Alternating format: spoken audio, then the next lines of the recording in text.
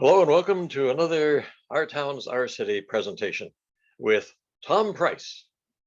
Happy to have you with us again, Tom. And I think we got a pretty interesting session here with, I guess you might call it Truth or Consequences. You remember that old program Yes, from yes, years I do, ago? except in this case, it will be truth and consequences. Okay, I'm just going to try to share our screen here, and it's something that we have here that we'd like to bring to people's attention today in this presentation.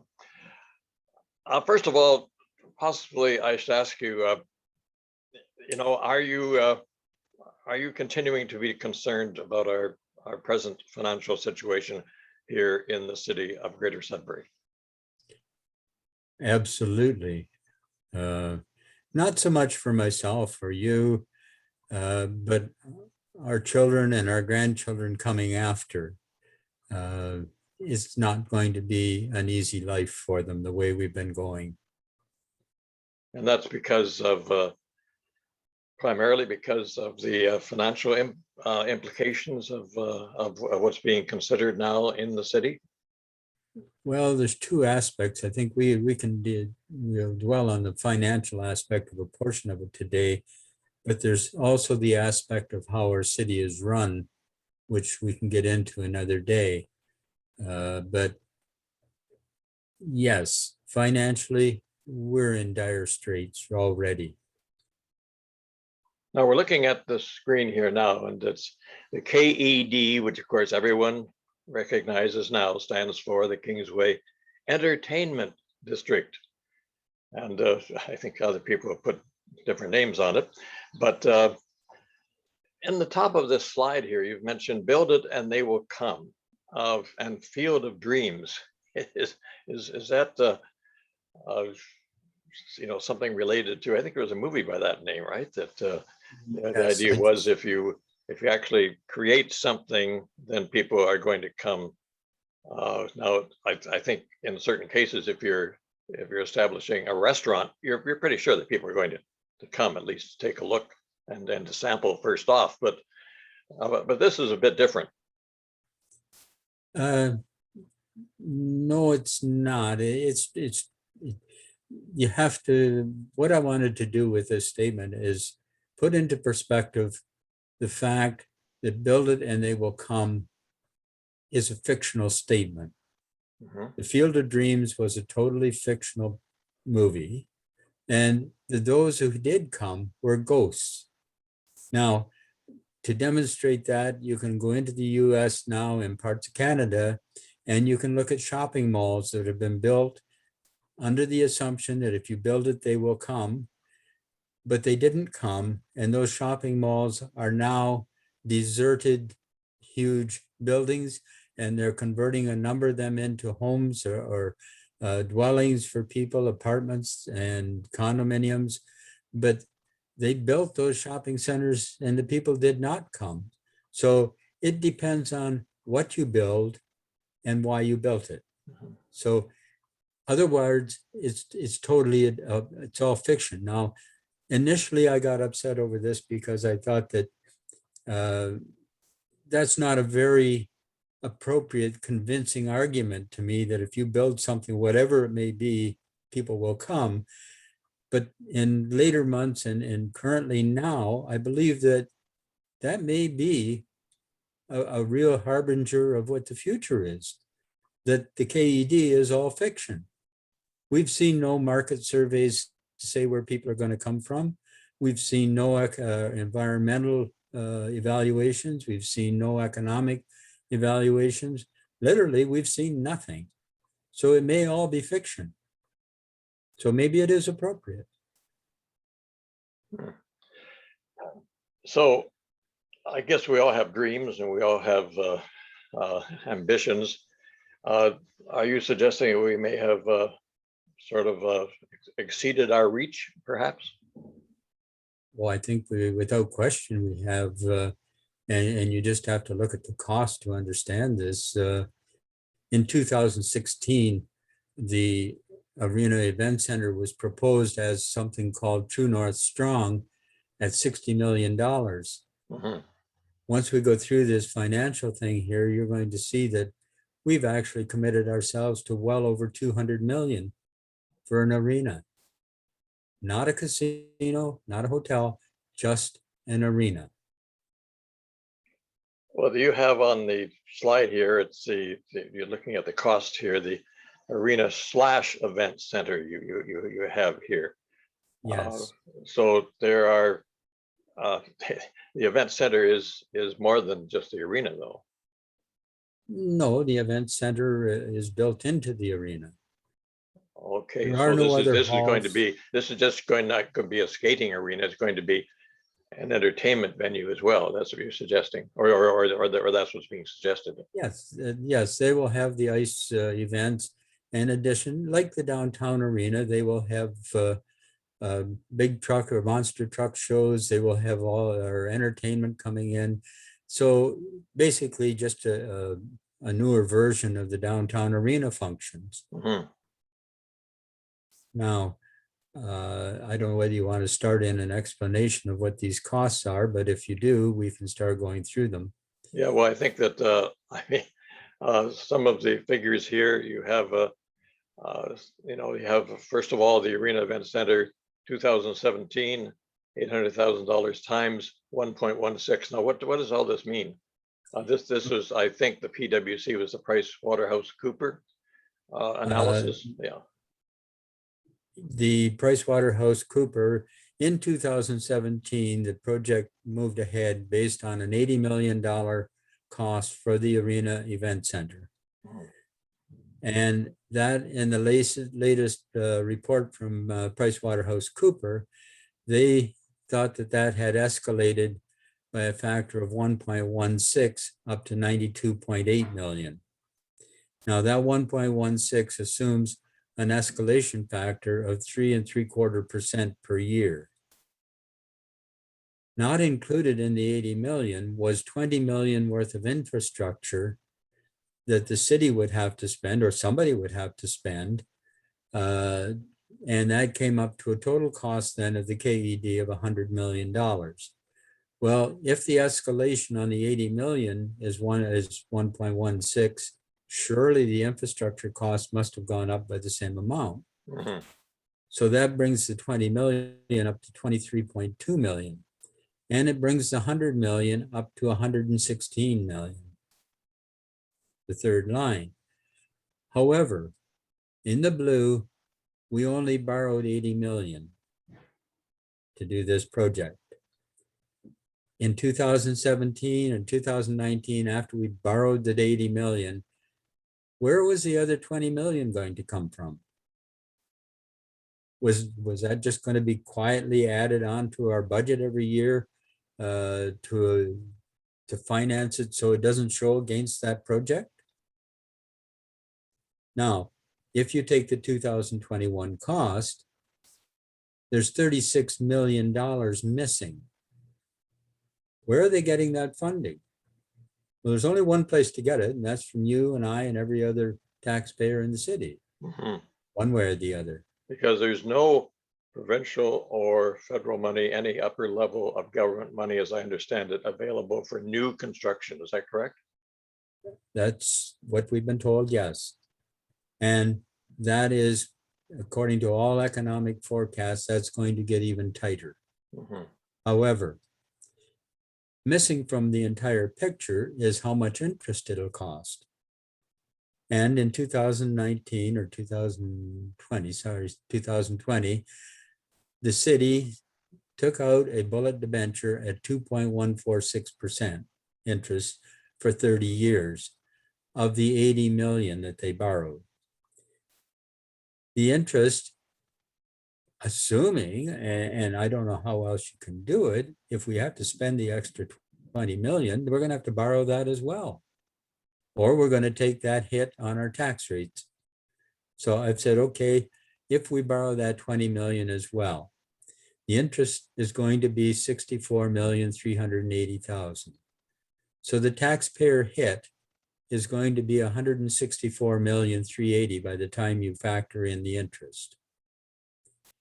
There was a missing $84 million. who's going to pay the interest? Well, we are. And it isn't going to come out of the 80 million. The interest is going to be over and above the 80 million. So that interest of 64 million is additional to the 100 million that we're saying it will cost. Now, if you extend those numbers out to the right-hand side of 2021, we still only have 80 million borrowed, even though the cost has gone up to 92.8 million, as you see in the top line. We only have 80 million borrowed for it. There's 12.8 million missing. Who's going to cough up that 12.8 million? Well, we know if it's, unless it comes from reserves, which we understand are almost depleted. Well, we're working on getting them down to zero. Yeah, right. So the bottom line here, is, as they say, is the bottom line. What's the bottom line here? We have missing 84,380, 2017, 2021, 110,680. No, 110 million. 110 million, yes, sorry. No, that's missing, but that isn't all that's missing. If you look at the revenue for the next 30 years, the Price Waterhouse report indicated we would be having an operating deficit of $1 million a year. So over the next 30 years, we're going to add another 30 million to what it's costing the taxpayers. So in addition to the 190 million, that 30 million will add to that, which will bring it up to 220,680,000. But we've been told by the proponents that, you know, the tax revenue from the hotel and the casino, the share of the take and the property taxes associated with it are going to really fund all of this, and there's no real problem. Well, show us the commitment. There has, like, after 4 years, more than 4 years of working on this project, the public still has not seen a letter of intent or a surety bond for either of those projects. Now, they keep talking, well, we have a letter. As far as we know, that is only a letter of interest. Well, a letter of interest is worth a piece of Kleenex or a piece of toilet paper, if you will. But until you have a letter of intent or a surety bond, there is no commitment by anybody. So if they have those, why are they not disclosing them to the general public? And more so, why are they not disclosing them to the councillors? Mm-hmm.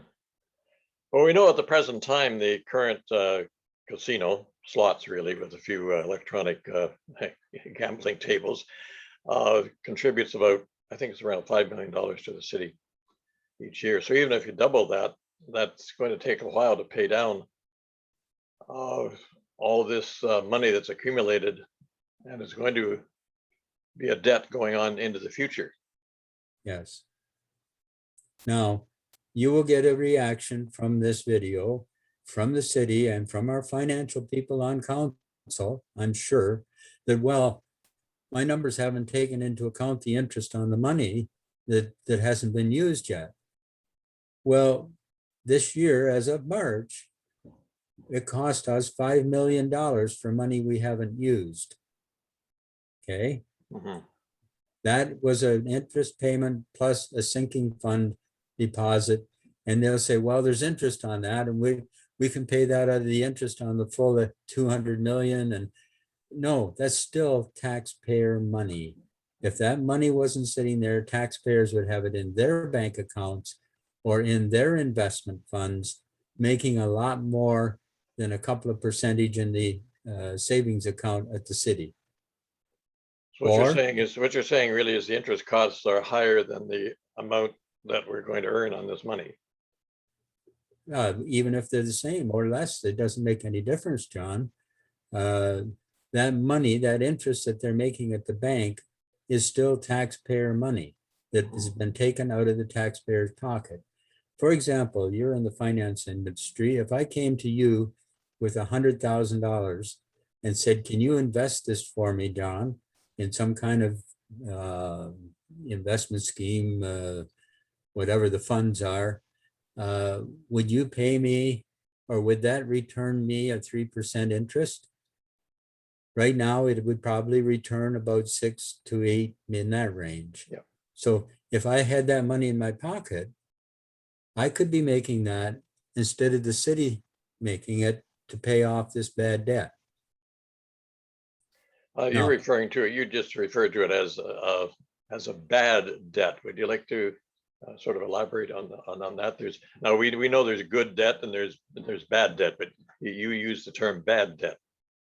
Well, bad debt is borrowing even more money when you're so far in debt already that you can't make the payments.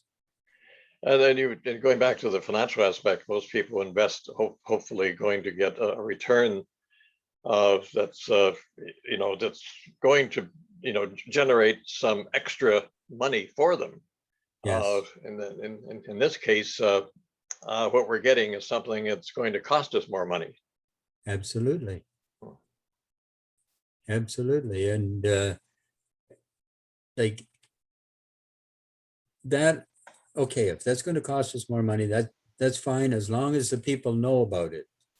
The problem that we have, they haven't been upfront with the public. Does the public know that this is going to cost more than 200 million over the 30 years? No. That's the tab. That's what we're on the hook for right now, is over 200 million over the next 30 years. Not the 60 million that was proposed in 2016, not the 80 million that was proposed in 2017, not the 100 or 92.8 million that Price Waterhouse talked about, but 200 million and more. Well, just quickly, just going over this once again for folks who are viewing. We have this going on since 2017, and originally we had the developer who said that, okay, I'm going to build this for like $60 million and maybe a guarantee from the city, and then all of a sudden it sort of ballooned, and we're looking at these costs, as you say, it went up to $80,000, and there was talk of it being 100,000, but you're using the figure of 80,000 here. 80 and million. then and then ballooning up to what we have 2021 and 92, and then the infrastructure cost, of course, which the city, as we understand, is pretty much on the hook for, because it's their property, which was given to them by the developer or one of the proponents. And this is what we end up now with a much balloon cost. Absolutely. These are sort of scary figures. Yeah, and I must correct you. You keep talking 80,000 and 92,000. I know zeros don't count for much, but they do when they're before the decimal point. That's right. Yeah. These are millions. These are millions. That's right. Well, most of us don't deal really in millions. No. but our governments do, and actually billions now. But but the bottom line is we have at the very bottom we had a missing $110,680,000. Right. That is where's that 110,680 going to come from? Well, it's going to come from taxpayer pockets. Well, we had been told, of course, that we have to do this because this is a great project and interest rates are so low. We'd have to really take, I know some of the councillors back there in 2017 and then the years following, when they're borrowing this money, said we just can't miss this opportunity to get this money. It's so cheap. And yet you're saying, in looking at those figures, it's not that cheap, really. No, it's not. And they will argue that, well, price is taking into account numbers that aren't real because the sinking fund, we make interest on it. Well, the sinking fund was presented under false assumptions. The sinking fund was based on depositing money into sinking fund, which would earn 3% per year, each year for 30 years. Okay. I sat in a meeting with the bankers on this, the National Bank of Canada, I think it was the bank, one of the banks anyway. And I asked the bank representative there, I said, if I give you $100 million $100 million each year for the next 30 years, will you guarantee me 3% interest on that every year? And he stumbled and coughed and said, well, no, we can't guarantee those kinds of interest rates. But our sinking fund is based on that. Mhm. This is what we use to justify that loan. Under false assumptions, there is no guaranteed interest rate on any deposit. And being in the finance industry, you know that as well as I do. Interest rates vary on a whim. Oh, yes, and of course, it's something that has to be looked at on the long term. And but there are other factors as well too, with respect to our considerations on this project. And behind me here, we have a photo of Ramsey Lake. And there's a concern about environmental concerns and the fact that has an environmental assessment been done? Has an economic assessment done? Are there other aspects that really need to be examined before moving ahead? Absolutely. Where's the market study? Oh, you're talking about a market study. Well, what is that? We talked about a restaurant earlier on, building a restaurant and then hopefully people are going to come, but you have to know what the market, how many other restaurants there are, and is there going to be enough people to come? Is that sort of thing you're talking about? Well, a market study determines a couple of things. First of all, to get the clientele you're looking for, you have two options. You're either going to attract new people to your facility, or you're going to draw people away from other facilities to your new facility. In this case here, because we know that we're at a stagnant population, we know that whatever happens on the Kingsway will simply draw patrons away from existing facilities. Mhm. So the people of Sudbury need to know that their jobs in existing facilities are going to be at risk.